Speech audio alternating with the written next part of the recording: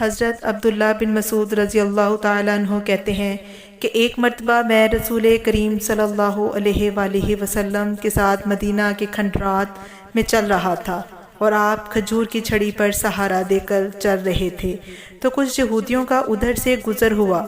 ان میں سے ایک نے دوسرے سے کہا کہ آپ سے روح کے بارے میں کچھ پوچھوں؟ ان میں سے کسی نے کہا مت پوچھو، ایسا نہ ہو کہ وہ کوئی ایسی بات کہہ دیں جو تمہیں ناگوار ہو۔ مگر ان میں سے بعض نے کہا کہ ہم ضرور پوچھیں گے۔ پھر ایک شخص نے کھڑے ہو کر کہا اے ابو القاسم، روح کیا چیز ہے؟ آپ صلی اللہ علیہ وآلہ وسلم نے خاموشی اختیار فرمائی۔ میں نے دل میں کہا کہ آپ پر وحی آ رہی ہے، اس لیے میں کھڑا ہو گیا۔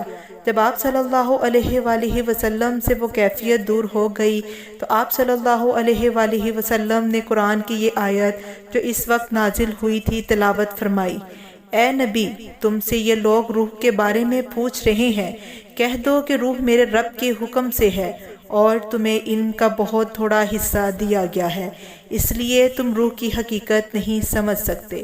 صحیح بخاری حدیث نمبر 125۔ ویڈیو اچھی لگی ہو تو پلیز میرے چینل کو سبسکرائب کریں، لائک کریں، شیئر کریں، بیل آئیکن کو پریس کریں۔ جزاک اللہ۔